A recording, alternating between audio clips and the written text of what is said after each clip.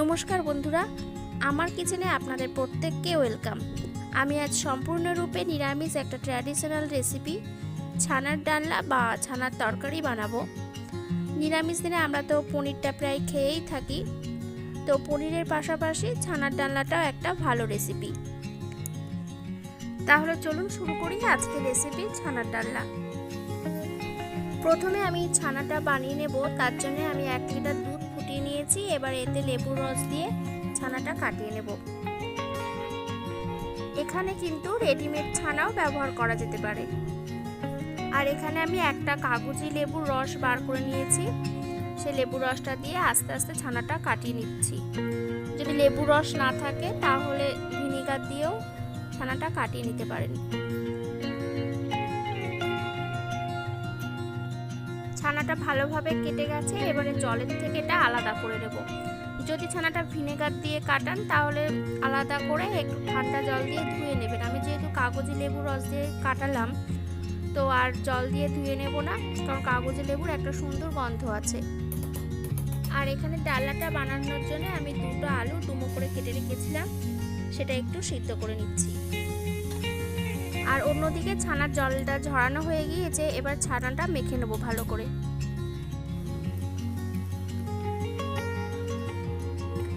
এবারে ছানায় দিয়ে দিচ্ছি 1 টেবিল স্পুন সুজি আর 1 টেবিল স্পুন ময়দা। আমি 1 লিটার দুধের ছানাটা বানিয়েছিলাম, আর ঘরে আমার একটু ছানা ছিল, সেটা দিয়েই আমি বানাচ্ছি। সুজি আর ময়দাটা কিন্তু এর থেকে বেশি দেবেন না, তাহলে ছানার বড়াগুলো শক্ত হয়ে যাবে, অতটা সফট হবে না। আর দিয়ে দিলাম পরিমাণ মতো লবণ, আর দিচ্ছি 1 টেবিল স্পুন গরম মশলা গুঁড়ো আর একটু চিনি।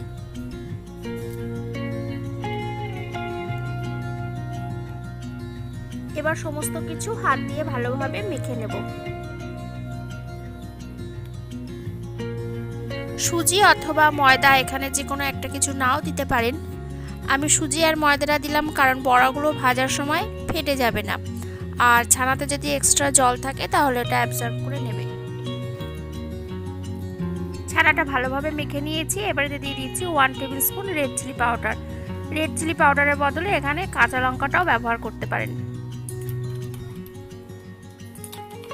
ছানাটা সুন্দরভাবে মেখে একটা ডো বানিয়ে নিয়েছি। এবার এর থেকে ছোট ছোট বল করে গোল গোল শেপের বানিয়ে নেব।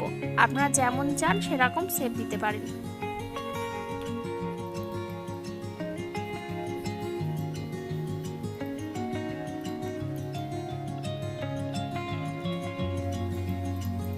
আমি এখানে হাতের তালুর উপরে রেখে এরকম করে গোল করে নিচ্ছি। যদি হাতে লেগে যায় তাহলে একটু ঘি অথবা রিফাইন অয়েল মাখিয়ে নেবেন হাতে। আর এখানে অন্যদিকে একটা কড়াইতে কিছুটা রিফাইন অয়েল গরম করে নিয়েছি। এবারে গ্যাসের ফ্লেমটাকে একদম লোতে রেখে বড়াগুলো আস্তে আস্তে ভেজে নেব।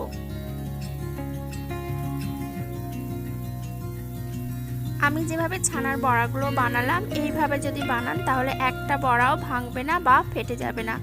তরকারিতে দিলেও কিন্তু বড়াগুলো ফাটবে না।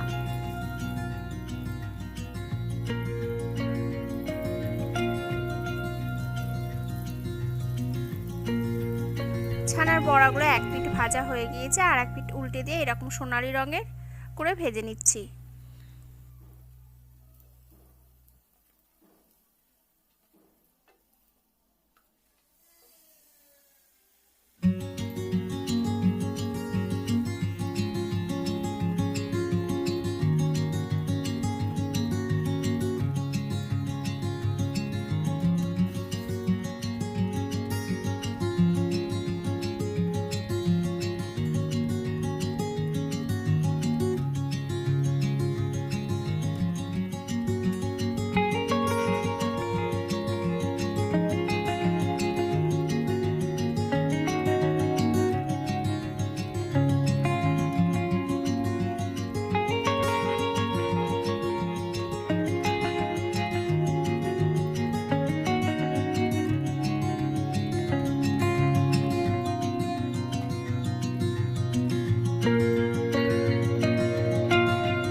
সমস্ত বড়াগুলো ভাজা হয়ে গিয়েছে, ভেজে তুলে রেখে দিচ্ছি। এবারে ডালনাটা বানিয়ে নেব। এবারে ডালনাটা বানানোর জন্য একটা মশলা বানিয়ে নিচ্ছি। তার জন্য দিয়ে দিলাম 1/2 টেবিল স্পুন জিরে গুঁড়ো আর 1 tablespoon Kashmiri red chilli powder, আর দিয়ে দিলাম 1/2 টেবিল স্পুন ধনে গুঁড়ো আর 1/2 টেবিল স্পুন হলুদ। এগুলো এবার একটু গরম জল দিয়ে আমি 5 মিনিট মতো রেখে দেব। আর একটা মশলা এখানে বানিয়ে নেব, তার জন্য একটু কিশমিশ, একটু কাজু আর একটু চালমগজ ভিজিয়ে রেখে দিচ্ছি।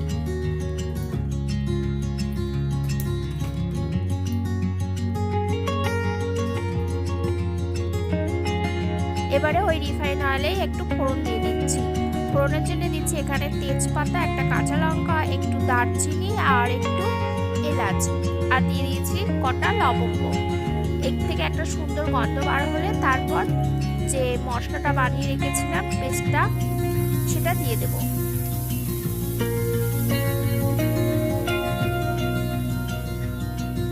মশলার পেস্টটা দিয়ে এটা একটু কষিয়ে নেব।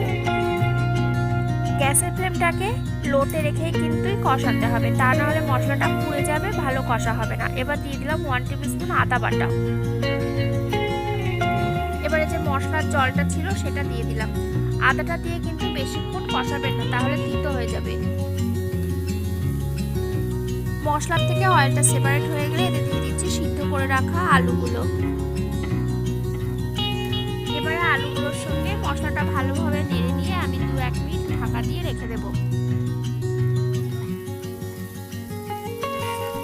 কভার করে আলুগুলো মশলার সাথে কিন্তু খুব ভালোভাবে কষিয়ে নিতে হবে।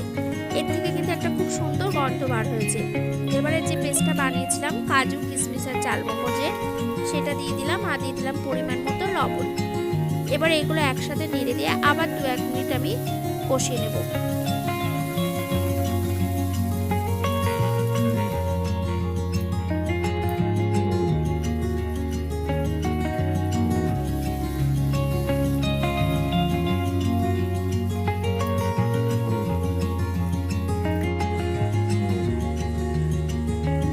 কষানো হয়ে গিয়েছে, এবার এতে দিয়ে দিচ্ছি উষ্ণ গরম জল।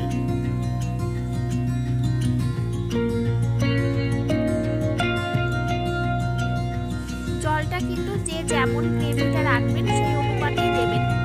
যেহেতু এখানে আলুটা সিদ্ধ করে নেওয়া হয়েছে, তো এখানে বেশি জল দেওয়ার দরকার লাগবে না।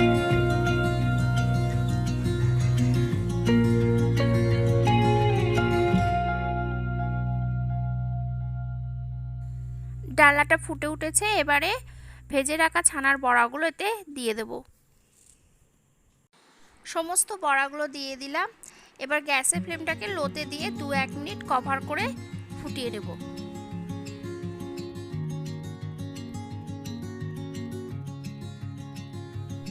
ছানার ডালনাটা তৈরি হয়ে গেছে। নামানোর আগে এবারে দিয়ে দিচ্ছি 2 টেবিল স্পুন গাওয়া ঘি।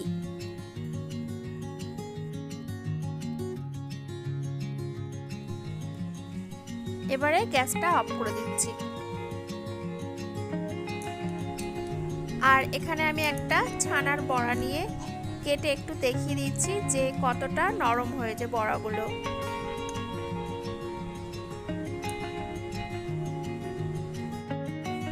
তাহলে আজকের রেসিপি ছানার ডালনা আপনাদের কেমন লাগলো আমাকে অবশ্যই জানাবেন। আর আমি জানি যে যারা আমার পুরানো বন্ধু তারা আমার পাশে আছেই, আর যারা আমার নতুন বন্ধু তারা আমার চ্যানেলটাকে সাবস্ক্রাইব করে আমার চ্যানেলের পাশে থাকার জন্য অনুরোধ করছি। আজকের মতো এই পর্যন্ত, দেখা হবে অন্য কোনো নতুন ভিডিও নিয়ে। আর প্রত্যেকে খুব ভালো থাকবেন।